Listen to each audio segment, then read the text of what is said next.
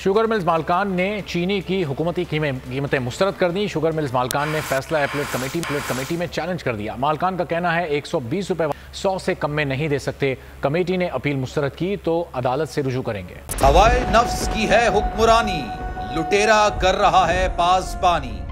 बोल न्यूज के marketing head आकाश राम ताहा लापता, तफ्तीशी इदारे जवाब देने से कासिर। अहले खाना परेशान, बेटे की जुदाई में माँ गम से निढाल। जो बच्चो हिंदू पर आए थे जो को पाकिस्तानी, मुझे मेहरबानी करे पंहिंजो आकाश वापस कयो। हुकूमत से बेकसूर और मुहिब्बे वतन बेटे की बाजियाबी के लिए फरियाद। आकाश राम के अगवा के खिलाफ अहले खाना की जानिब से सुप्रीम कोर्ट में दरख्वास्त दायर। सुप्रीम कोर्ट के चीफ जस्टिस उमर अता बंदियाल से आकाश राम के अहले खाना की जल्द समाअत की इस्तदा। मुश्किल की इस घड़ी में आलमी मीडिया ने भी उठाई आवाज। CNN, आज तक, इंडिया टुडे, टाइम्स नाउ समेत आलमी मीडिया ने आकाश राम के अगवा के खिलाफ दिया बोल का साथ। उफ क्या जुल्म है, बोल इंसाफ का मुंतजिर। सब्सक्राइब करें और बेल दबाएं ताकि कोई खबर रह न जाए।